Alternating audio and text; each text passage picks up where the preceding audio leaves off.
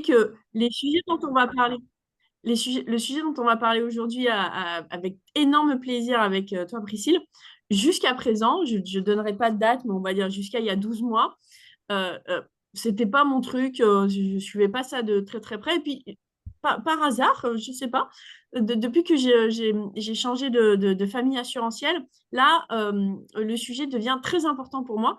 Je dirais même qu'avant, je regardais s'il pleuvait le matin. Et c'était juste pour le plaisir et parce que je suis photosensible et que j'aimais bien quand il faisait beau. Maintenant, quand il pleut, non seulement je suis de mauvaise humeur parce que c'est pas bon pour ma santé, mais en plus, je sais que c'est pas bon pour la santé de mon entreprise.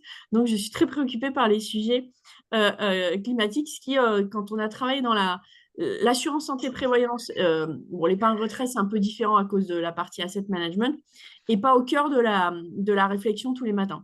Donc, voilà, je pense qu'il y a un an, j'aurais dit à Frédéric et à Nelly, ouais, non, mais vous êtes sûr. Et là, je suis à fond.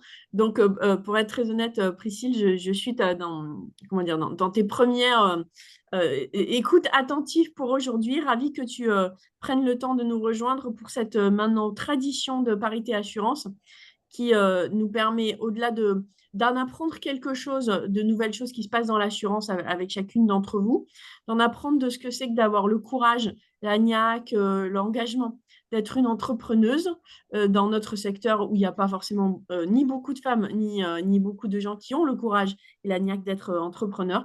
Donc, on veut à la fois savoir ce que tu fais, comment tu l'as fait et pourquoi tu l'as fait. Eh ben, avec plaisir d'être là et d'échanger avec vous. On parlera après immobilier à Dinard, il n'y a pas de souci. Ouais, bien. Merci, merci Isabelle pour cette introduction. Donc nous, comme d'habitude, avec mon amie Nelly, nous allons avoir le plaisir de co-animer pour Parité Assurance cet échange. Alors, attends, je ne sais pas si on nous voit à l'écran. Voilà, donc Oui, c'est bon. bah, moi, je me présente, Frédéric Sintra. Nelly, je te laisse. Bonjour à toutes et à tous, Nelly Bressard, donc ravie d'être encore avec vous pour ce beau rendez-vous. Alors, nous avons l'immense plaisir de recevoir notre start-upeuse du jour, donc notre amie Priscille Béguin, qui est présidente de Kraken. Alors, je prononce peut-être pas forcément très bien, et donc Priscille nous corrigera. Alors, pour commencer, en fait, cet entretien, on vient toujours sur le parcours de notre invité, parce que comme Isabelle l'a précisé, ce webinaire, c'est un petit peu un vie ma vie également du parcours entrepreneurial de notre invité, au-delà du sujet qu'elle va nous présenter. Alors, Priscille, bah déjà, bienvenue.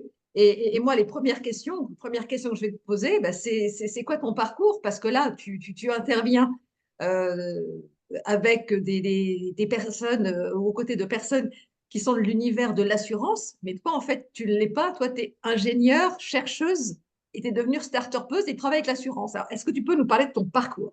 Oui, bien sûr.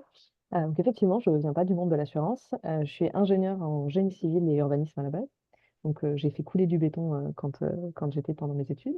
Ensuite, je me suis spécialisée en recherche en mécanique des fluides euh, et en hydraulique urbaine. Donc j'ai fait de la recherche et j'ai participé à des projets dans un laboratoire public qui se posaient les questions de comment on peut reproduire les phénomènes hydrauliques dans des systèmes complexes, notamment dans les villes.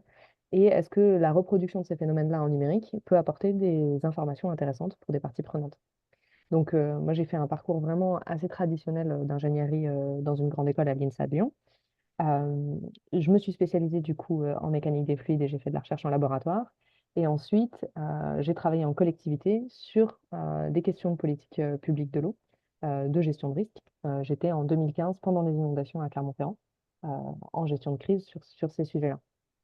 Donc, je suis vraiment pas du parcours de l'assurance et je suis pas par défaut dans le parcours non plus d'une entrepreneuse de type école de commerce, etc. C'est vraiment venu en fait un peu par hasard euh, que je me suis lancée là-dedans. Et Justement, Priscille, ouais, pardon. Dis-nous, qu'est-ce qui t'a vraiment donné l'envie un peu de te lancer dans cette création de cette start-up, justement, que tu as lancée là, Ouais. avec ce parcours? En fait, il y a eu deux choses qui se sont croisées. La première, c'est que quand j'ai travaillé en collectivité sur les questions de politique de l'eau et de risque, j'ai fait appel à des bureaux d'études d'ingénierie pour répondre à des problématiques techniques de j'ai un problème, j'ai des inondations à tel endroit, qu'est-ce que je pourrais mettre en place pour réduire ce risque d'inondation? À l'époque, quand je faisais les commandes pour ces études-là, j'avais une bonne idée de ce qu'il fallait absolument pas répondre comme réponse parce que c'était vraiment les questions qu'on se posait quand on faisait de la recherche dans mon laboratoire. Donc j'avais une bonne conscience technique de quelles étaient les mauvaises réponses et potentiellement l'ensemble des bonnes idées qu'on pouvait présenter et je cherchais quelle était la meilleure. Quoi. Et en fait, je me suis rendu compte que les bureaux d'études d'ingénierie n'étaient pas du tout à la hauteur des enjeux qu'on leur demandait de résoudre et leur réponse était d'assez mauvaise qualité technique. Du coup, j'étais très déçue parce que les spécialistes de mon domaine, vraiment de spécialité, les spécialistes privés, n'étaient pas en capacité en fait de présenter à leurs clients des réponses qui me semblaient satisfaisantes en termes techniques par rapport aux enjeux vraiment de changement climatique, de risques liés aux inondations, etc. Et donc, je me suis rendu compte que si je voulais travailler dans ce domaine-là, je ne pouvais pas travailler pour les grands vraiment spécialistes de ce monde-là en France, parce que je serais obligée de produire des réponses d'une qualité qui était pas satisfaisante pour moi. Et donc, j'ai vécu ça, ce qui était une grosse déception en rentrant dans le marché du travail. Et puis, en même temps, mon cofondateur, du coup, lui, finissait sa thèse sur notre sujet de recherche euh, autour des modèles numériques et des réponses techniques pour les parties prenantes. Et donc, lui aussi s'est rendu compte que les technologies qu'il avait développées en fait, pendant sa thèse, puisqu'on a travaillé sur plein de technologies différentes durant ce projet, les technologies qu'il avait développées, le temps qu'elles arrivent sur le marché et qu'elles soient utilisées par les bureaux d'études pour vraiment proposer des solutions techniques intéressantes, ça mettrait à peu près 20 à 25 ans, puisque c'est le temps moyen de transfert technologique entre un laboratoire et le marché aujourd'hui. Et c'était pas du tout satisfaisant. 25 ans, c'est pas un temps qu'on a aujourd'hui sur des questions de risques climatiques, sur des questions de protection de l'environnement, etc. Euh, du coup, il m'a appelé en me disant, bah, si on veut vraiment bien faire les choses, bah, il faut qu'on les fasse nous-mêmes. Et du coup, c'est l'intersection de cette déception en me rendant compte que effectivement, les bureaux d'études n'étaient pas capables de prendre en charge des technologies complexes et d'apporter des réponses satisfaisantes au marché. Et le fait que on avait développé des super technologies en laboratoire, mais que si on leur donnait, ils mettraient 25 ans à les appliquer, euh, ça a fait des chocs à pic et on a lancé notre propre boîte pour utiliser les technologies qu'on avait développées en laboratoire directement auprès du marché et apporter directement des solutions qui nous semblaient être les plus pertinentes pour les parties prenantes auxquelles on s'adressait. Oui, donc Priscille, tu décides à ce moment-là, donc avec ces conclusions et tout ce que tu viens de nous expliquer, tu décides de te lancer et tu décides de se lancer avec ce cofondateur, donc pas toute seule, et d'aller avec ce cofondateur. Ouais, tout à fait. On s'est lancé à deux avec donc mon cofondateur Adrien Monplot. Alors, je dois avouer que j'ai vraiment une admiration totale pour les gens qui se lancent tout seuls. Je considère que c'est une folie absolue de se lancer seul dans ce genre de croisade. On est parti à deux et on a bien fait parce qu'on a vraiment survécu des choses très très dures euh, grâce à ça. On était vraiment beaucoup plus forts à deux et ça nous a beaucoup beaucoup aidé. Donc on est parti avec mon cofondateur, on a lancé un- une première aventure, on va dire, entrepreneuriale, où on a décidé du coup d'utiliser les méthodes et les technologies qu'on avait sorties de nos laboratoires pour comprendre les phénomènes hydrauliques complexes au sein des systèmes d'assainissement, donc sous les villes, pas au-dessus des villes, pour déterminer quel était l'impact des villes en fait sur leur environnement et comment on pouvait euh, réduire cet impact écologique. Alors justement, moi, ça m'amène à te poser la question qui vient forcément. Vous êtes passé de la recherche à l'entreprise, à la start-up. J'imagine qu'il y a eu plusieurs étapes. Et d'ailleurs, tu nous as confié qu'il y avait eu des moments qui pouvaient être un petit peu compliqués, notamment en 2018, quand vous avez voulu faire une levée de fonds, et notamment avec un passage par l'incubation. Donc, est-ce que tu peux nous expliquer comment on fait? C'est quoi, quel est le process et quel est celui que vous avez suivi entre voilà, les deux chercheurs qui décident de s'associer, qui veulent monter une start-up, comment on finance? Comment on fait? Est-ce qu'on est incubé? À quel moment? Est-ce qu'on fait une levée de fonds? Voilà. Alors, nous, on s'est lancé en 2015. Je commence à avoir vraiment l'air d'une très, très vieille femme quand je dis ça, mais le monde était vraiment très différent à l'époque, surtout pour les startups. Euh, L'environnement et le marché des startups aujourd'hui est extrêmement consolidé, il est extrêmement construit. Il y a beaucoup de structures d'accompagnement, etc. En 2015, c'était encore vraiment le Far West, spécialement à Lyon, puisqu'on était basé à Lyon quand on s'est monté. Et donc, il n'y avait pas du tout la capacité d'accompagnement et d'aide auprès des nouveaux entrepreneurs, spécialement ceux qui étaient issus de la recherche, c'est-à-dire ceux qui ne sont pas issus des mondes commerciaux et qui ont vraiment une très très bonne idée de ce que c'est qu'une entreprise et de ce que c'est que de monter ce type de projet. Donc, on a été, euh, on s'est lancé avec beaucoup de naïveté, on va dire, et peu de visibilité sur ce qu'on allait faire. Euh, et on a appris beaucoup sur le tas. C'est évident qu'en tant qu'ingénieur, en plus, notre premier réflexe, c'est de dire qu'on a une technologie tellement formidable qu'évidemment, tout le monde va vouloir l'acheter. Et ça se passe pas tout à fait comme ça. Et puis, du coup, on se confronte au marché d'abord et on se rend compte très, très rapidement de l'écart qu'il y a entre ce qu'on est capable de produire et ce que les gens en face veulent vraiment et ont vraiment besoin. Et cet écart-là, il est très, très, très dur à, à réduire en fait et à annuler. Donc on a passé plusieurs années à modifier et à améliorer notre technologie pour adresser notre premier marché primaire de la bonne façon. Euh, et en 2018, en fait, on a pivoté en termes de technologie. On est reparti sur des technologies plus récentes, moins matures, qui avaient plus de capacité d'expansion technique pour pouvoir répondre à des sujets qui étaient plus larges. Et donc, à partir de 2018-2019, on a commencé à développer nos propres logiciels de calcul avec notre propre techno en interne pour pouvoir faire des simulations à très large échelle et donc répondre à des besoins plus intéressants que simplement comment on le coule dans un tuyau, mais plutôt comment on le coule dans une ville entière, quoi. Et ça nous a mis quand même pas mal de temps, puisque c'est une R&D qu'on a fait en interne pendant quasiment 6 ans. Donc voilà. Et puis après, Mais, mais, ben, mais, mais du coup, pour ça, vous avez eu besoin d'un financement alors complémentaire. Et là, en 2018, c'est là qu'il y a eu l'incubation qui a pu aider, non? on a été incubé en 2018 par les premières. Ça nous a permis de nous structurer, nous, et justement d'appréhender tout un tas d'outils absolument indispensables à la construction de ce type de projet. Et ensuite, en fait, on a surtout bootstrappé pendant 6 ans, c'est-à-dire on a autofinancé notre R&D en faisant du conseil auprès de nos clients, auprès de collectivités, auprès de bureaux d'études, et en donnant accès aux technologies qu'on développait en interne à certains de nos clients pour qu'ils puissent produire la même chose que nous, ce qui est très peu accessible aujourd'hui dans le monde, parce que c'est une technologie assez unique. Et en 2024, on a reçu notre premier financement externe, puisqu'on a été financé par l'Union européenne sur nos projets de R&D. Ok, bon, on va y revenir après sur le financement de 2024. Là, c'était on voulait bien comprendre avec toi toutes les étapes et là, effectivement, c'est extrêmement. On voit que c'est assez long Ouais. dans le temps. Tous, vous avez fait un cheminement très, très, très long et très vertueux pour arriver là où vous êtes aujourd'hui. Si on rezoome pour que tout le monde comprenne bien, parce que comme tu l'as dit, c'est pas si simple que ça. Ce sont pas forcément des notions ou des choses que l'on manipule, nous, en tout cas au quotidien, même si on connaît bien le sujet de l'inondation, mais en tout cas, ce qu'il y a derrière et les données qui sont derrière, on les connaît pas forcément bien. Est-ce que tu peux nous expliquer, avec des mots simples, avec tes mots, la proposition de valeur de Kraken? Et comme on dit, est-ce que tu peux nous la pitcher? En fait, à l'habitude, tu fais ça tous les jours. La pitcher en quelques minutes pour qu'on comprenne bien en fait ce que tu apportes d'inédit en fait sur ce marché aujourd'hui, puisqu'on peut dire que Ouais. c'est inédit aujourd'hui. Ouais, tout à fait. Donc Kraken, en fait, on propose de construire des bases de données de risque et de vulnérabilité économique au risque d'inondation, spécialement pour le métier de l'assurance et de la banque.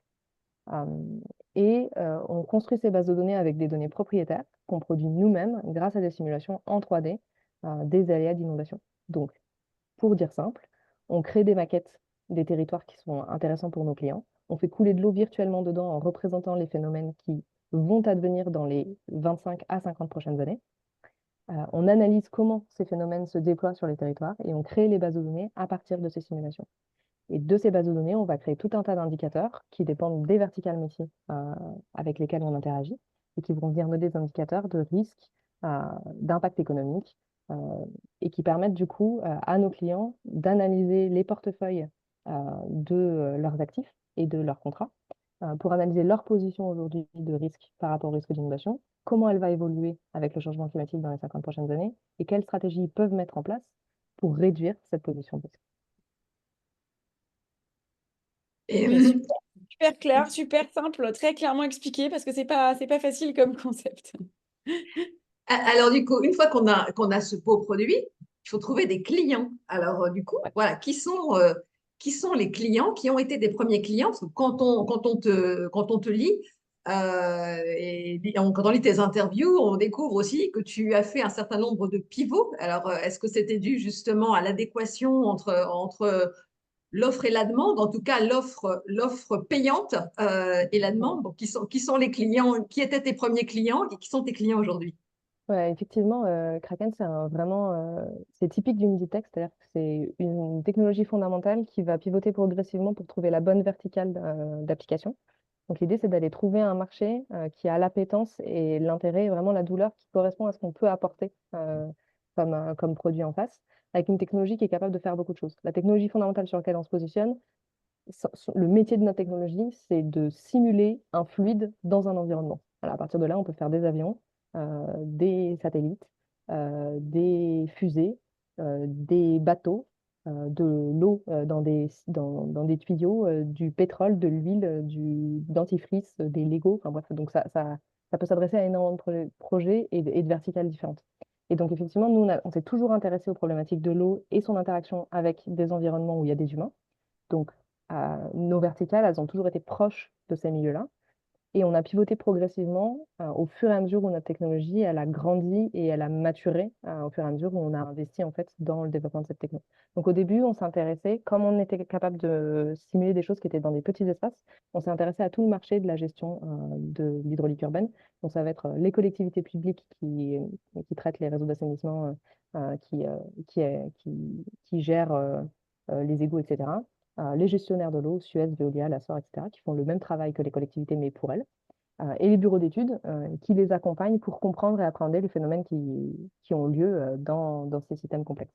Donc ça a été notre... Et qu'est-ce qu'ils achètent du coup? Ils achètent une licence, ils achètent Ouais. une Là, eux, ils application, achètent... ils achètent un conseil. Alors, ils ont acheté du conseil pendant très longtemps. Maintenant, ils achètent une licence qui leur permet de simuler du coup des événements dans des endroits qui sont petits. Qu'ils ont accès à une technologie qui est en fait notre technologie fondamentale, mais bridée à une certaine taille.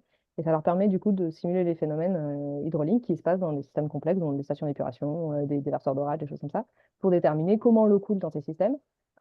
Et du coup, appréhender comment on mesure dedans, comment on réduit la pollution à l'environnement, plein de sujets qui correspondent aux problématiques du coup de gestion de l'eau qu'il y a pour ces gestionnaires-là. Donc ça, c'était notre première verticale. Puis dès qu'on a dépassé en fait l'échelle de l'ouvrage et qu'on a commencé à travailler sur des échelles de quartiers, de villes, de territoires beaucoup plus larges, on s'est posé la question de quelles sont les données, les informations qu'on peut sortir de nos simulations qui sont les plus intéressantes et à qui elles peuvent s'adresser. Et donc très vite, évidemment, c'est les notions de risque d'inondation qui ressortent, puisque c'est en fait la première question qu'on se pose quand il y a trop d'eau, c'est de savoir qu'est-ce que ça va détruire. Et, euh, et le marché en fait, qui est le plus amène et le plus intéressé par cette donnée-là, c'est le marché de l'assurance et de la banque. Donc aujourd'hui, nous, on s'intéresse et on échange beaucoup avec des assureurs, des banques assureurs, des mutualistes et des banquiers et des réassureurs. Ok, justement, aujourd'hui, tu as de la chance, et c'est pour ça aussi que tu es là, c'est qu'il y a un panel d'assureurs, de banques assureurs, de mutualistes qui t'écoutent. Euh, Justement, comment est-ce que tu travailles aujourd'hui avec ces assureurs, ces mutuelles, ces banques assureurs, ces grands courtiers? C'est le début sur cette verticale. Est-ce que tu travailles sous format, par exemple, de ce qu'on appelle des POC? Est-ce que tu travailles avec des déploiements? Enfin, comment ça se passe aujourd'hui Ouais, concrètement? Et est-ce que aussi tu recherches aussi des nouveaux partenaires? Puisque c'est aussi l'occasion de se le dire, si, voilà, si tu as envie de travailler c'est des avec intéressés. des nouveaux partenaires, n'hésite pas. Il y en a autour de la table, il y en a qui t'écoutent. Donc, Ouais, tout à fait. Donc la verticale assurantielle, elle a moins d'un an chez Agir, chez Kraken, donc elle est assez ouais. jeune. Donc aujourd'hui, on est effectivement en phase de POC. On déploie nos technos et nos bases de données sur des territoires restreints avec nos premiers clients. Donc on a déjà signé des clients avec lesquels on fait des tests. Le but, Oui, c'est donc de tu as tester, déjà quelques clients aujourd'hui. c'est déjà des clients aujourd'hui. Donc le but, c'est de tester nos solutions sur des territoires restreints pour que nos clients puissent appréhender les données qu'on est capable de produire et appréhender la valeur que ça leur apporte. Et ensuite, notre but, c'est de passer du coup du POC évidemment au déploiement plus large, soit à l'échelle d'un territoire national, soit à l'échelle de plusieurs pays.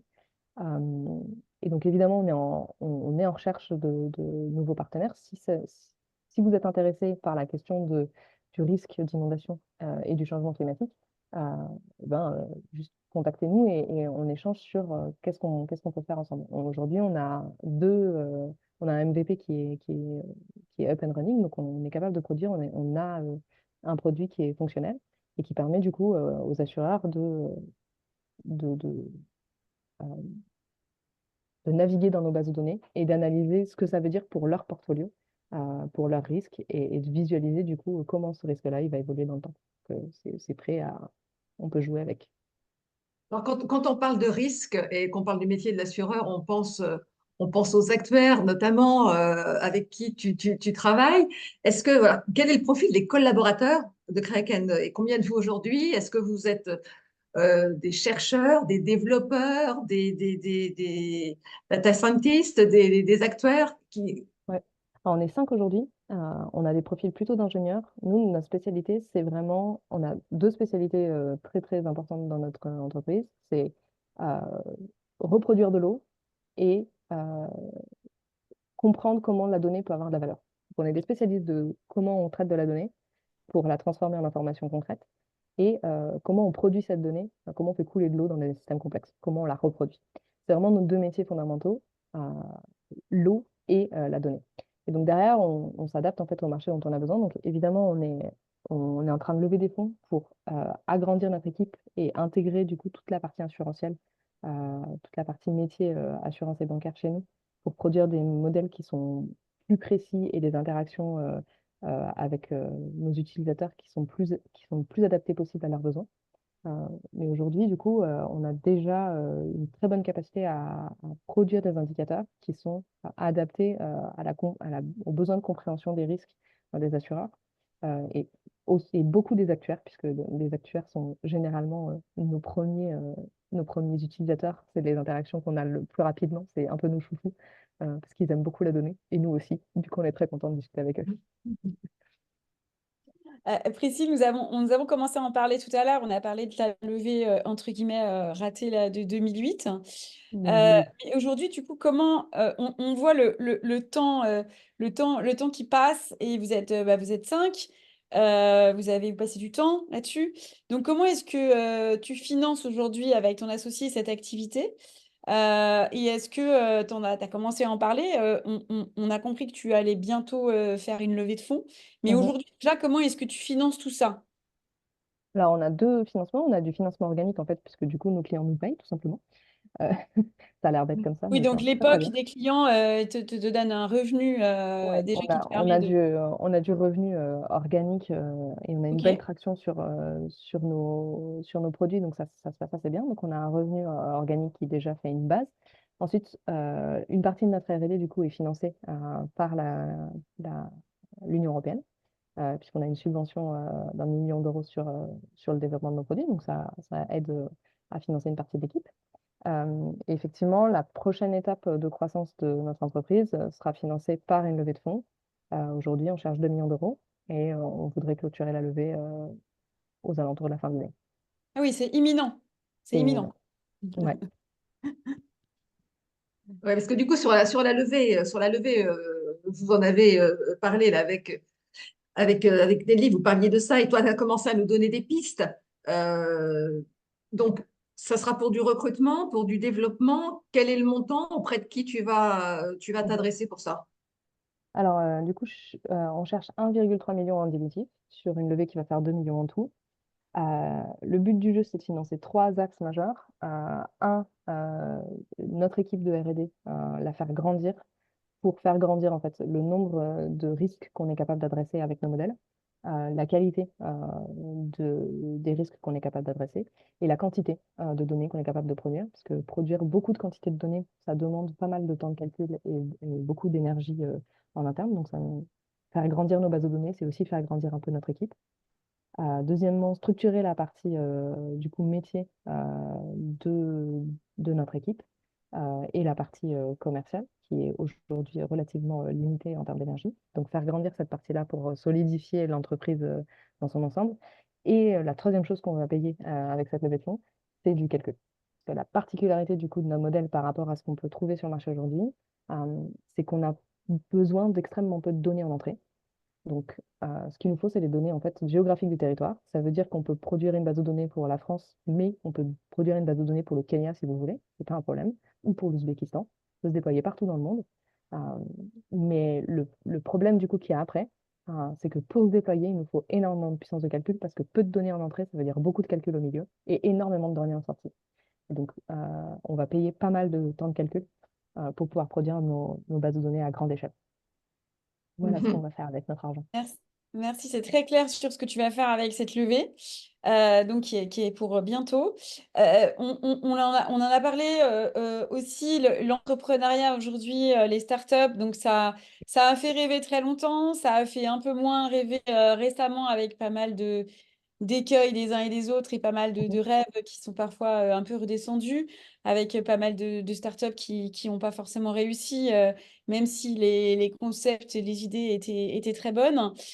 Donc parfois, ça fait peur à des personnes qui ont des bonnes idées et qui sont entrepreneurs et qui ont des belles choses à lancer, de se lancer. Est-ce que tu aurais quelques conseils, puisque c'est important, tu es passé quand même par, on l'a vu, plein d'étapes, hein, des conseils que tu pourrais donner à ceux et celles qui nous écoutent et qui auraient envie de se lancer, mais qui Mhm. souvent se disent, en gros, j'y vais pas, parce que on sait que c'est pas un long fleuve tranquille. Donc, est-ce que tu aurais quelques conseils précieux à nous donner? Alors, j'ai toujours des conseils, mais la première chose que je dirais, c'est que les entrepreneurs ont beaucoup d'expérience, mais ils ont souvent peu de conseils. Ce qu'on apprend est difficilement transférable. Et donc, souvent, on entend plein de gens qui vont vous dire plein de choses sur l'entrepreneuriat, comment il faut faire, ce qu'il faut faire, etc. Je me méfie beaucoup des gens qui disent qu'il faut faire comme ça, parce que la réalité, c'est qu'il n'y a pas vraiment... Enfin, s'il y avait de la théorie derrière comment faire une bonne startup qui va réussir, eh ben, on n'aurait pas de startup qui échoue. Et comme, il y a plein de startups qui échouent, on n'a pas encore de théories qui sont très valides. Donc, je me méfierais beaucoup de la théorie un peu conçue hors sol. C'est la première chose que je pourrais dire. La deuxième chose, c'est n'entreprenez pas si vous voulez être riche. Ça sert à rien.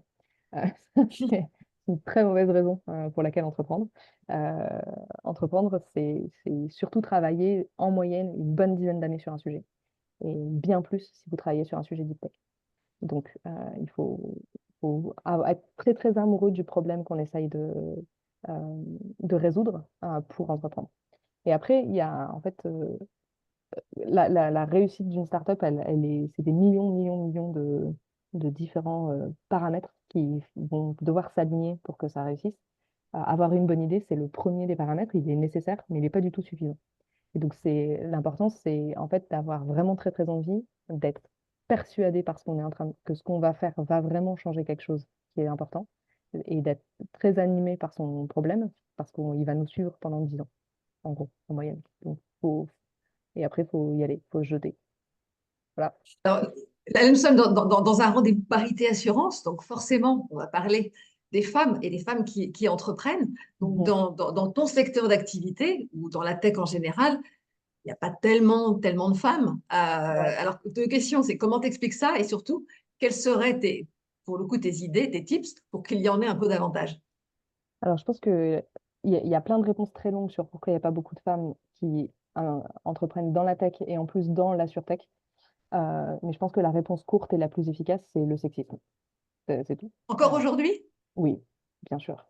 Euh, il y a, En moyenne, il y a 20% de femmes qui deviennent ingénieurs, euh, à peine. Euh, et plus on avance dans les années d'expérience, moins il y a de femmes qui sont dans des sièges techniques. Quand on entreprend dans des boîtes qui sont complexes, que ce soit de la surtech ou de la deep tech, on a besoin dans l'équipe restreinte, on a besoin d'avoir le maximum de capacités différentes représentées. Ça veut dire qu'on ne peut pas juste avoir quelqu'un qui sera bon à serrer des mains et qui a un bon calendrier. Il faut des gens qui sont bons en technique, qui soient capables de comprendre les problématiques, qui soient capables de discuter avec les clients. Et tout ça, ça demande du coup des gens déjà qui aient fait des études complexes, qui appréhendent des sujets techniques. Et tout ça, ben, ça demande aussi que du coup des femmes puissent se dire que c'est possible, soient intéressées par ces sujets, mais puissent se dire, tiens, c'est possible, donc je vais le faire. Et en fait, on est dans un monde qui continuellement dit aux femmes que c'est pas possible. Donc, c'est logique qu'il y en ait très peu qui testent. Donc, en fait, c'est plutôt un souci de vivier et de choix d'orientation initiale. Est-ce qu'après, c'est pas est-ce que elles sont victimes du plafond de verre une fois qu'elles y sont, ou est-ce que c'est elles-mêmes qui ne veulent pas se projeter? Il y a toujours un petit peu les deux. Ouais, moi je pense que c'est pas une question d'envie, dans le sens où les femmes, elles ont pas moins d'envie que les hommes, elles sont pas moins ambitieuses, elles ont pas moins de capacité à s'imaginer faire ça ou ça. Elles ont beaucoup moins d'opportunités. Elles rentrent moins dans les écoles parce qu'on les recrute moins, parce qu'on leur donne moins de place. Une fois qu'elles sont dans les écoles, on leur dit quand même que c'est pas tout à fait là qu'elles devraient être. Quand elles rentrent dans le monde du travail, c'est des mondes qui sont souvent très agressifs, avec très peu de femmes. Quand on a moins de 20% de femmes autour d'une table à un déjeuner technique, on sait que ces femmes-là ne se font pas écouter, même si elles ont des bonnes idées. Et ça continue, en fait. Chaque étape est de plus en plus dure et de plus en plus agressive pour les femmes qui sont autour de la table. Donc moi, je pense qu'on les pousse plutôt à l'extérieur, plutôt qu'elles ne veulent pas rentrer. Et donc, mon conseil pour qu'il y ait plus de femmes dans ces lieux-là, c'est de donner leur de l'argent pour qu'elles puissent entreprendre. Et juste un tout dernier point, je crois que tu as peut-être une anecdote à nous raconter en ce qui te concerne, en 2018. Sur les femmes, ah bah oui, ça y est. En 2018, oui, j'ai fait une levée de fonds en 2018, une levée de fonds qui n'aurait pas dû être faite, mais c'est pas une question. J'ai fait une levée de fonds qui s'est soldée par un échec. Et on a travaillé 6 mois avec des business angels qui, à la fin, ont décidé du coup d'appeler mon cofondateur pour lui dire qu'ils étaient prêts à investir dans la société si je me faisais virer. Parce que j'étais une manipulatrice, une menteuse et une hystérique, qui est quand même le trio de tête des choses qui disent, ouais, c'est quand même une femme, quoi. Et en plus, elle a du caractère, donc il faut vraiment qu'elle dégage. Donc, mon cofondateur leur a gentiment montré la porte. Euh, et ça a l'air absurde, mais en fait, c'est très représentatif de ce que les femmes vivent au quotidien quand elles entreprennent. Bah, c'est violent, hein, tout ça. Oui, J'ai déjà entendu pas mal effectivement, d'anecdotes du même genre. En oui, tout cas, oui, tu on as a... un bon associé. Tu as un bon associé. Ouais, ça, c'est sûr. Et c'est important. Et c'est un homme, donc c'est important. Euh, un point, tu en as parlé tout à l'heure quand on te parlait de tes conseils, c'est pareil, il n'y a pas forcément des bonnes, des mauvaises, enfin des erreurs typiques où il y a des erreurs qu'on fait chacun. La question un peu aussi de se demander si c'était à refaire aujourd'hui, euh, quelles sont les erreurs que tu ne referais pas avec le recul que tu as à présent, avec ces quelques années de recul, Mm. que tu ne referais pas pour, soit pour aller plus vite, soit pour faire un peu mieux, un peu différemment. Enfin voilà, en général, on apprend quand même en faisant des erreurs et on en fait tous. Ouais, c'est des erreurs très classiques, hein. Vraiment, si vous avez déjà entendu des entrepreneurs parler, je dirais rien de très très nouveau. Il y a quelques erreurs. Je pense que ce que je ne referais pas, c'est passer assez peu de temps finalement à vraiment écouter mes clients au début. Il y a un, il y a un- il y a un truc qui est extrêmement stressant quand on entreprend, c'est vraiment de se mettre en position de vulnérabilité face à des gens en disant, regardez ce que j'ai fait, et d'entendre tout le monde en face dire, c'est de la meilleure.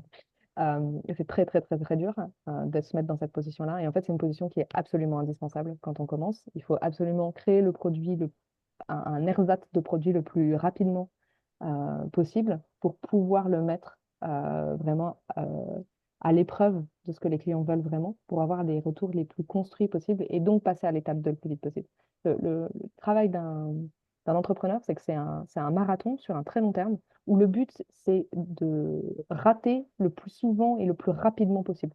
L'échec n'est pas quelque chose qu'on doit éviter, c'est quelque chose vers lequel il faut courir le plus vite possible. Il faut rentrer dans le mur de l'échec le plus rapidement possible parce que plus vite on a pris le mur dans la tête, plus vite on a appris de cet échec et on passe à l'étape d'après. Parce que c'est l'étape d'après qui est importante.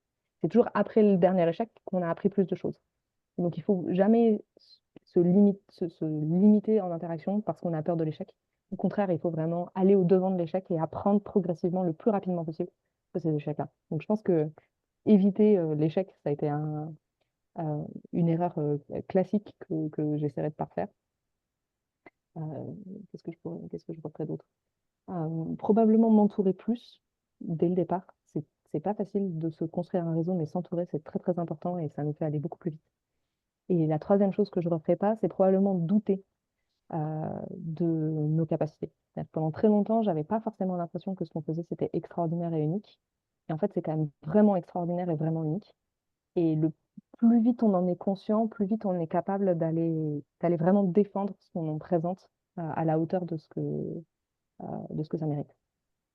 Et alors, le pendant, de quoi es-tu la plus fière?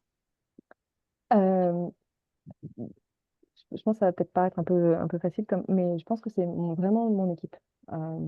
C'est ce qu'on est capable de faire une fois qu'on se met tous ensemble, toute l'équipe sur un sujet, c'est assez extraordinaire.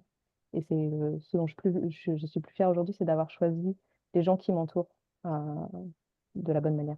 Je vois qu'il y a des questions dans le chat, donc peut-être que je vais On va les prendre après à la si ça fin. te va. Très bien, ça On me va va le très faire. bien. Excellent. Donc ta fierté, l'équipe, très clairement. Ouais. Euh, Justement, tu nous as parlé de ce que tu as fait aujourd'hui. Donc, pour demain, on a parlé de la levée de fonds qui est demain assez proche au final. Euh, Mhm. Au-delà de cette levée de fonds, qui va permettre de continuer et de croître en termes de développement pour Kraken, quelles sont les grandes perspectives, notamment en termes d'offres, parce qu'aujourd'hui, tu as une offre qui est assez ciblée sur un certain type de risque inondation. Ouais. Et je sais que tu as d'autres types de risques, enfin d'autres types d'inondations que tu as envie de couvrir. Est-ce que tu peux nous en dire un peu plus et sur ton ambition aussi, voilà, sur cette offre produit notamment, et puis peut-être sur d'autres choses en termes de perspective. Ouais, évidemment. Ouais, les prochaines étapes pour le produit, c'est vraiment de pouvoir aller proposer, donc produire et proposer de la donnée à nos clients sur des risques d'abord connexes et puis sur ensuite l'ensemble des risques liés au changement climatique. Donc, on va parler retrait et gonflement des argiles. Ça, c'est le prochain qu'on veut pouvoir intégrer. On va parler des risques climatiques liés aux tempêtes, aux ouragans, aux tremblements de terre, aux incendies, donc les grands classiques des gros risques climatiques. On a commencé par le risque d'inondation parce que c'est le risque qui coûte le plus d'argent en Europe. Donc c'est intéressant parce que si on veut parler risque et climat, commencer par l'inondation en Europe, il n'y a pas de choix. Et après, notre grande ambition, c'est de pouvoir avoir des bases de données sur le plus de pays possible. Donc, on commence par l'Europe et ensuite, on va aller se déployer partout où on a besoin de nous et on espère pouvoir couvrir le globe en entier le plus rapidement possible. Donc, c'est vraiment la plus grande ambition, c'est celle-là. Donc, Et ok, donc, à nous, ce la qu'on fois veut des être, produits, des offres produits un peu plus larges, et puis donc aller dans tous les territoires, ok, c'est au-delà de l'Europe. Ok. couverture mondiale et offre produit climat intégrale, on va dire ça comme ça. Euh, et notre but, c'est d'être vraiment le leader de cette donnée-là, de cette donnée climat et risque pour les assureurs. On veut vraiment être la référence sur cette donnée. Donc, le leader mondial sur cette donnée. Ouais, pourquoi pas. Belle perspective. Non, mais on est convaincus. Merci. D'ailleurs, avant de reprendre les questions, avant que ce webinaire ne commence, nous avions des conversations de salon, mais pas tant que ça, où là, tu pouvais avoir un autre débouché, c'est conseiller les personnes qui veulent investir dans les zones où il ne faut surtout pas aller quand on rêve de la petite maison au bord de la mer, dans quelles sont les zones à privilégier ou non. Donc voilà, ça c'est annexe, mais on peut dire que tu as une expertise en la matière. Ouais, effectivement, à force de regarder les données de où il y aura 3 mètres d'eau en plus, on finit par savoir où est-ce qu'il ne faut pas acheter sa maison, hein. Ça, c'est assez terrible. Et effectivement, aujourd'hui, on s'adresse aux verticales assurance, réassurance et bancaire. Et on va se déployer aussi sur les verticales asset management, du coup, que ce soit sur Mhm. l'industriel, donc des gens comme Enedis ou EDF ou des grands gestionnaires d'infrastructures comme la SNCF, par exemple, seront intéressés. Et puis le real estate, évidemment, vient derrière, puisque bah, assurer des maisons, c'est d'abord les construire. Donc ça va venir évidemment comme une verticale. C'est très clair. On a vu, merci beaucoup, hein, Priscille. On a quelques questions dans le chat. Je te propose Mhm. qu'on les pose. Ouais. Alors, si je ne rate rien, il y a une question de Sandra qui demande quels sont les points de différenciation avec d'autres solutions qui existent sur le marché, si tu peux nous éclairer. Ouais, alors on a plusieurs points de différenciation. Alors ça dépend évidemment des solutions qu'il y a en face. Donc je ne sais pas quel est le benchmark qui a été fait par Sandra, mais je serais ravie d'en discuter de façon plus approfondie avec elle.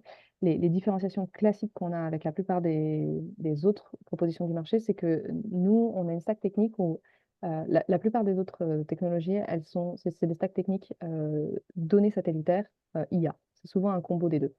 Euh, et c'est très puissant pour comprendre les événements de sinistralité. C'est-à-dire qu'on a, par exemple, une inondation qui va se déployer dans les prochains jours là, dans le sud de la France.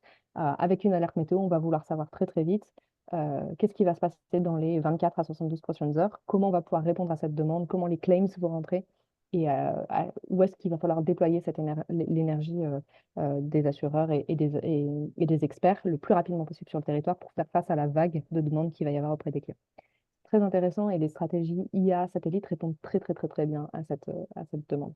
Le problème, c'est que quand il n'y a pas d'inondation, eh ben, il n'y a pas de données. Et du coup, il n'y a aucun moyen en fait, d'utiliser ces technologies-là comme stratégie à long terme pour vraiment dire bah, moi j'ai une position de portefeuille à l'échelle de la France entière aujourd'hui, c'est pas parce qu'il y a une inondation à Cannes qu'il y a une inondation à Brest, quoi. Et ce que je veux savoir, c'est sur l'intégralité de mon portefeuille, quelle est ma position de risque et comment je vais pouvoir la modifier dans les prochaines années pour qu'elle soit plus résiliente. Et ça, c'est des solutions qui se positionnent sur du IA plus satellite sont incapables de répondre à ça. La deuxième grosse différenciation, c'est que comme nous, on n'est pas une technologie qui apprend de données, on est capable, un, de se déployer partout dans le monde avec la même qualité de données, avec la même précision, avec la même technologie, avec les mêmes indicateurs de risque qui sont construits derrière. Donc, quel que soit l'endroit dans le monde, vous aurez la même qualité de données, les mêmes informations. Et deuxièmement, on n'a pas besoin d'interagir avec les données des clients pour en produire. Donc, on reste totalement en sécurité par rapport aux données assurance et bancaires. On peut produire de la donnée pour vous sans interagir ni avec votre IT, ni avec vos propres données. Évidemment, si vous nous ouvrez les portes, on fera des indicateurs formidables avec beaucoup, beaucoup de précision par rapport à ce que vous savez, vous, mais on n'est pas du tout obligé de faire.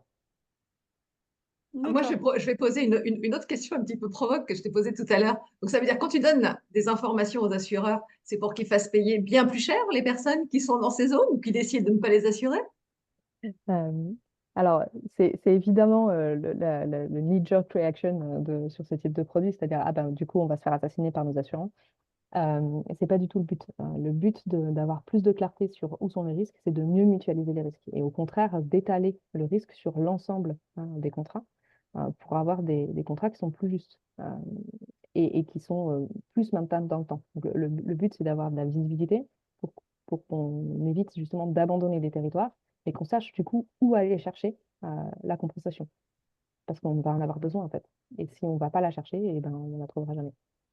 Donc, c'est une approche extrêmement mutualiste, enfin, qui veut vraiment aider tous les acteurs qui sont vraiment mutualistes et qui veulent profondément continuer à assurer tout l'ensemble du territoire. Et c'est une approche aussi profondément assurantielle tout court en théorie. En tout cas, on peut en avoir envie, puisque le rôle de l'assureur, c'est d'assurer tout le monde, qu'il soit mutualiste ou pas. Donc, c'est un bel outil, en fait, en effet, comme tu le dis, pour pouvoir mieux maîtriser et mieux maîtriser ses risques à long terme. En fait, c'est un outil vraiment Ouais, durable, en fait. Enfin, c'est un outil c'est ça. qui permet C'est un outil de de résilience. projeter, en fait. C'est pas du court terme, quoi. Non, c'est un outil de résilience, donc c'est vraiment un outil qui est à destination de la structuration d'une stratégie à long terme. Donc évidemment, à très court terme, à 1, 2 ans, vous pouvez faire beaucoup d'argent en étant Mm. très restrictif sur vos polices d'assurance, mais vous allez vous faire bouffer vos départs de marché sur des territoires qui peuvent être rentables si vous êtes suffisamment bon pour les assurer. Et nous, on vous propose d'avoir la donnée avec la granulométrie la plus fine possible, puisqu'on produit de la donnée à 5 cm près. Donc vraiment, si vous voulez de la donnée au centimètre, il n'y a pas de problème. Mais du coup, généralement, on produit la donnée à l'adresse, c'est quand même plus pratique pour les assureurs. Donc, on propose d'avoir une granulométrie extrêmement fine sur la donnée pour pouvoir avoir cette finesse-là dans le zonage et donc être bien meilleur que le voisin sur qu'est-ce qui est en fait possible ou pas d'assurer et jusqu'où on va dans l'assurance sur les territoires qui sont parfois très risqués. C'est très clair. Est-ce qu'il y a d'autres questions? Parce on est peut-être passé à côté. Il y avait une question de Sandra. Est-ce qu'il y a d'autres questions parmi ceux et celles qui nous écoutent aujourd'hui? C'est le moment. Il faut profiter.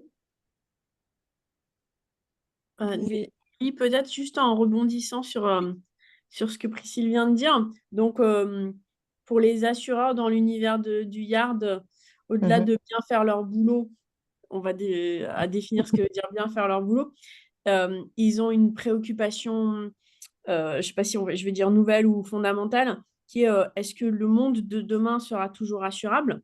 Ouais, Donc, sur les changements que tu décris. Et c'est pas faute de vouloir le faire, c'est juste est-ce que demain, oui, est-ce que c'est possible? Ouais. et puis c'est toujours du domaine du financement privé en fait, Tout à fait. ou est-ce que il faut pas redéfinir, et comme tu es aussi en lien avec la partie collectivité territoriale, est-ce qu'il faut pas redéfinir les frontières entre ce dont est responsable l'État et ce dont sont responsables Mhm. les acteurs économiques et assurantiels? Donc, comment tu vois ça, toi? Alors, il y a beaucoup de choses, je pense, qu'on pourrait répondre à cette question. À mon avis, il y a beaucoup de pistes à aller chercher. La première, c'est la prévention et l'adaptation territoriale. Euh, et c'est un enjeu pour lesquels l'assureur a vraiment un rôle sur l'adaptation et la prévention.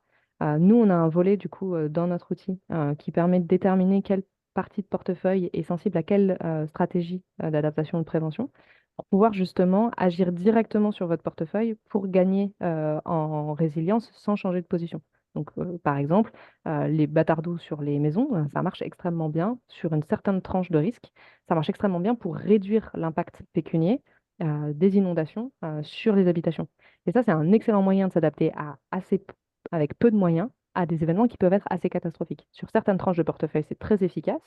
Et donc, ça peut être très rentable de structurer des réponses de prévention qui permettent de solidifier en fait, des positions de portefeuille sans forcément déménager les gens. Évidemment, il y a des zones où il va falloir déplacer des populations. L'adaptation au changement climatique, c'est quelque chose qui va être très douloureux. On n'est pas du tout prêt à en parler en tant que société, mais il y a des choix extrêmement difficiles qu'il va falloir faire et on est déjà en train de les faire à certains endroits.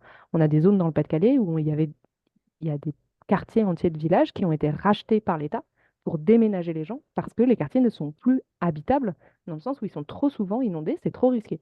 Donc on déménage la population en fait sans forcément les appauvrir. Donc on rachète leur maison, qu'ils puissent en fait se déplacer et aller vivre ailleurs. Et c'est évident qu'il y a des endroits où il va falloir faire ça. Euh, Dire c'est plus assurable, en réalité, ça veut dire que les gens ne peuvent plus vivre à cet endroit-là. C'est ça que ça veut dire. Ça veut dire déplacer les populations. Et donc, dans certaines zones, il va falloir se poser cette question de est-ce qu'on déplace ou pas la population? Et les assureurs, je pense, ont un rôle à jouer dans ce discours-là. Pas seulement de dire bah, moi, je me retire parce que je considère que c'est plus assurable, mais de dire en fait, là, on est dans une position où si nous, le risque, il n'est pas entendable, alors potentiellement, la population non plus ne devrait pas l'entendre. Même si c'est un risque plus diffus pour eux, parce que c'est pas juste pécunier, quoi. Et donc, évidemment, il y a cette question de l'adaptation, et c'est très important de la prendre en charge. Et après, il y a des questions plus économiques et politiques, c'est-à-dire qui prend la charge de quoi. Et ça, pour le Mm. coup, bah, c'est pas mon métier. Je vous laisserai en discuter entre vous. Oui, la question, Euh, c'est qui paye, tu as raison. voilà. Mais Il y a... n'empêche que Oui, vas-y. qui paye quoi et dans quelle proportion, en fait, les assureurs ont pas mal de choses à jouer. Et dans les prochaines années, notamment avec les réglementations européennes sur l'assurabilité des territoires, qui sont plutôt plus contraignantes que moins contraignantes pour les assureurs, euh, bah, en fait, il y a des moyens de s'outiller qui, à court et moyen terme, peuvent vraiment rendre des territoires qui sont difficiles à assurer complètement assurables. Et ça, c'est des systèmes d'adaptation qui sont très intéressants, je pense, financièrement. Quelqu'un Merci. demande, Il voilà, y a une autre... Oui, vas-y, je te ouais, laisse. Amélie pose la question, auriez-vous un cas concret mis en place avec un client? Donc j'imagine que c'est un client assureur ou Amélie, Euh, si Oui, bien sûr. vous Tu posez en as, plus. mais je ne sais pas si tu peux en parler, enfin, si tu peux donner les noms, c'est toi, c'est à toi de nous dire si tu as le droit de donner. Alors, Je sais Un pas. cas concret, ou en tout cas sans je citer vais le vous donner nom. un cas concret qui ressemble à un cas que je fais en ce moment avec un Voilà, assureur que je fais en ce voilà. moment. Mais ce ne sera pas celui-là, mais ce sera un autre. Par exemple, vous avez vu la semaine dernière les vidéos des vagues à Saint-Malo ou pas? Oui, La semaine dernière, donc avec la tempête, il y a des vagues à Saint-Malo qui faisaient 1,50 m de haut et qui remontaient comme ça dans les rues et les badauds faisaient des jolies vidéos. C'est un Alors c'est mignon, c'est un peu flippant quand on connaît le sujet et on se dit qu'il y a pas mal d'éducation à faire sur la population pour qu'elles évitent de faire des TikTok devant la plage quand il y a 1,5 m d'eau qui leur tombe dessus. Mais ça, c'est un cas concret de submersion marine qui est lié du coup aux tempêtes. C'est un risque émergent qui est extrêmement prégnant donc sur la côte vraiment normande et haut de la Bretagne. On a de plus en plus de cas comme ça et ça va augmenter. Plus il y a d'ouragans aux États-Unis qui détruisent la moitié de la Floride, plus on aura de tempêtes, nous, en France, qui vont mener à de la submersion marine. Le problème de la submersion marine, c'est que comme c'est un risque émergent, on a absolument zéro donnée historique dessus. Ça n'existait pas avant et tout d'un coup, il y en a. Donc nous, ce qu'on fait, c'est qu'on reproduit des cas de submersion marine avec des probabilités d'occurrence, 5, 10, 100 et 200 ans sur Saint-Malo. Donc on fait une maquette entière de Saint-Malo, on regarde comment les vagues vont venir se briser sur Saint-Malo en fonction du changement climatique, de la montée des eaux, etc. On prend tout en considération et on regarde comment ce sera en 2050 et comment ce sera en 2100. Qu'est-ce que ça veut dire en termes d'assurabilité? C'est-à-dire on regarde les heatmaps des zones où ça va être très risqué, des zones où ce sera moins risqué. On regarde combien il y aura d'eau exactement à toutes les adresses de Saint-Malo et on détermine du coup quelles zones vont être très risquées, quelles zones vont être moins risquées et quelles zones vont pas du tout être risquées.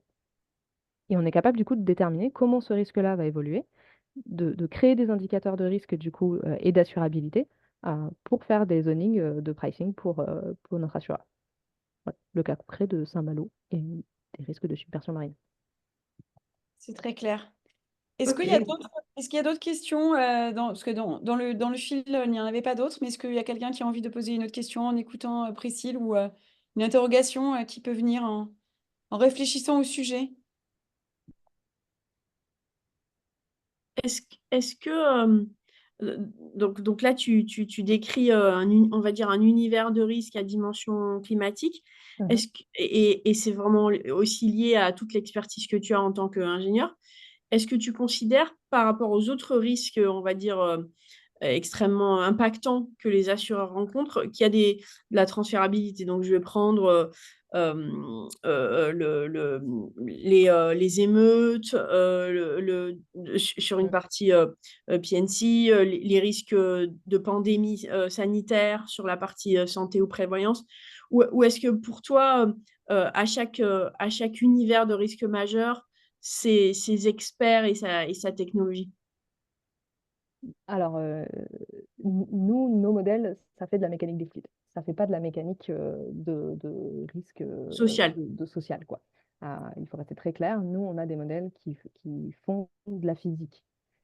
Donc, c'est pas transférable dans le sens où ces modèles-là peuvent pas représenter des foules, à part si elles sont vraiment très très nombreuses, parce que ça redevient des fluides, mais, mais on ne pourra pas analyser, par exemple, la stabilité ou l'instabilité politique d'un pays avec nos modèles. C'est pas du tout fait pour, parce que justement, c'est des modèles qui représentent la physique. Donc, c'est des modèles qui s'adaptent à la physique qu'on est en train de faire. Ça en fait des modèles très précis pour ce qu'on fait, mais qui font que ce qu'on est capable, que ce qu'on fait avec. C'est vraiment pas du tout malléable comme des modèles euh, justement de traitement de données historiques, par exemple, de statistiques, etc., qui peuvent être en fait déployés sur n'importe quel type de risque, mais dont on mesure assez mal la précision du coup sur des risques physiques, c'est souvent un peu décevant. Donc c'est absolument pas transposable en termes de modèle. Par contre, euh, je pense qu'il y a un truc qui est assez évident pour les spécialistes de l'eau, mais qui l'est moins dans on va dire le discours général, c'est que les problématiques de l'eau sont un des socles fondamentaux des instabilités des pays. Et donc, quand on a des problèmes d'eau, on a des problèmes partout ailleurs. Euh, Ça ne veut pas dire que mes cartes d'inondation vont représenter les cartes d'émeute. Ça, c'est pas du tout une transposabilité qui est disponible. Mais si vous vous intéressez aux risques du coup sociaux, économiques et politiques de pays sur des questions du coup de gestion de risque, se poser la question de la stabilité, de l'accès à l'eau potable, de la stabilité de l'accès à l'assainissement et des régimes de pluie, c'est un des facteurs vraiment primaires de la stabilité des pays. Parce que quand les gens ont soif, quand les gens attrapent des maladies parce qu'ils n'ont pas de toilette et quand ils ne peuvent pas faire pousser leur nourriture, et ben les gens, en fait, sont en mode survie et donc les équilibres disparaissent. Et pour ça, vous avez un certain nombre d'associations et de spécialistes qui travaillent sur ces sujets-là, notamment à Genève, qui travaillent sur des sujets du coup de stabilité politique liés aux crises de l'eau. Et on est en pleine, les guerres de l'eau ont déjà commencé depuis bien longtemps, depuis plus d'une quinzaine d'années un peu partout dans le monde. Et ça fait vraiment shifter beaucoup d'équilibres politiques. Ouais.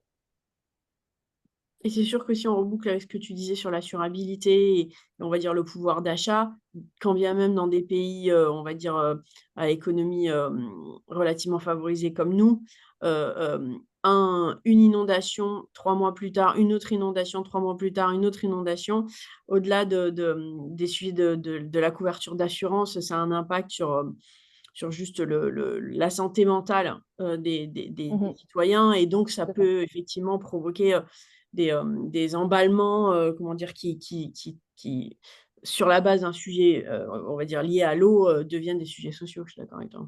Mhm. Oui, et c'est très très bien documenté, hein. On a beaucoup de... Enfin, les spécialistes, les chercheurs ont toujours travaillé sur la relation aux sociétés et à l'eau parce qu'il n'y a pas de société sans eau. Il y a pas de société dans le désert du Sahara. Euh, et c'est parce qu'il n'y a pas d'eau. Donc on connaît très très bien les interactions entre ces différentes masses. Et donc il y a des spécialistes qui savent mesurer ça et déterminer à quel point du coup on a des facteurs de risque qui grandissent en fonction de vecteurs liés à l'eau. C'est pour le coup pas mon métier. On a une membre de l'association qui s'appelle Louisa Luzaramu qui a a été assez engagée sur le sujet du fait que les gaps d'eau, enfin les problèmes d'eau sont encore plus une influence sur les inégalités entre les hommes et les femmes, parce que Ah oui, très tout à fait. souvent, ce sont les femmes qui souffrent le plus du manque d'eau pour des raisons sanitaires, pour des raisons effectivement familiales, pour des raisons d'éducation infantile, etc. Et que c'est encore plus dur pour les femmes que la guerre de l'eau. Oui. Il nous reste, nous, à te remercier, Merci beaucoup. Nelly et moi, avant qu'on ne laisse notre chère présidente conclure. Bon, comme tu as pu le voir, Priscille, ce que tu as dit ne fait que. Alors, je sais pas si c'est nourrir ma réflexion, nourrir mon angoisse, ou en tout cas voilà, là où je suis, on travaille sur notre plan stratégique et ces enjeux-là, ils sont quand même assez cœur voilà, pour des acteurs comme nous. Donc, c'est intéressant de les confronter à une dynamique ingénieure. Donc ça, vraiment, sur le fond de ce que tu nous as dit, c'est très inspirant pour les acteurs de l'univers du PNC. Je retiens aussi ce que tu disais sur s'il n'y a pas de femmes au début, c'est-à-dire avant l'INSA, s'il n'y a pas eu de femmes, s'il n'y a pas eu de filles, de petites filles qui se sont dit un jour qu'elles pouvaient être intéressées par la mécanique des fluides ou par les maths ou par la physique ou par que sais-je, bah, ça ne sera pas une surprise s'il n'y a pas plus que 20% à la sortie. Et donc, nous, on le dit souvent dans le domaine de l'assurance en disant il n'y a pas assez de femmes actuaires, il n'y a pas assez de femmes dans notre univers en général, il n'y a pas assez de femmes qui font des carrières de data analyst. Et ça sera un problème pour elles et pour nous en général demain. Ça sera des problèmes avec l'intelligence artificielle parce qu'il y aura des biais de genre, etc. Et toi, tu l'illustres, tu l'as illustré aussi sur le sujet de la partie ingénieur, et je pense que c'est quelque chose sur lequel on essaye d'agir, mais qui est très difficile. C'est même avec des exemples comme toi, des histoires qui peuvent inspirer les petites filles. Bah, parfois, elles s'auto-limitent quand même. Donc, je retiens aussi comment dire, ce propos que tu as, parce que c'est souvent un sujet dont on discute dans le cadre de l'assaut. Enfin, en tout cas, merci beaucoup. C'est vrai que souvent, on a parlé d'autres sujets. On a parlé de sujets de prévention de santé à plusieurs reprises dans ce rendez-vous. On a parlé de sujets IARD sous un autre angle. Là, tu nous as mis, on va dire, un petit peu malheureusement dans le présent, parce que je pense que tout ce que tu as décrit, c'est très présent. Il y a un an ou il y a 3 ans, on se disait, oh, ça c'est dans le futur. Mais tout ce que tu nous as décrit, c'est dans le présent. Donc ça fait peur quand même pour le présent et encore plus réfléchir pour le futur. Donc voilà, ça faisait du bien parce que c'était à la fois une préparation de nos stratégies pour demain, mais aussi quelque chose de très concret. Et j'ai bien aimé comment tu l'as rattaché à la réalité de ce qu'on voit malheureusement aujourd'hui partout en France. Donc un très grand merci pour ton temps, pour tes pistes, pour voilà, tout ce qui peut nous aider dans nos chemins. Et je pense que ça, en tant que citoyenne ou citoyen, parce qu'il y a aussi des hommes qui sont connectés, tu nous as fait réfléchir et c'est comme ça qu'on est utile. Merci beaucoup. Merci. Merci beaucoup, c'était très intéressant. Merci beaucoup. Bonne journée. Merci à toutes et Au tous. revoir. Ouais. Au revoir.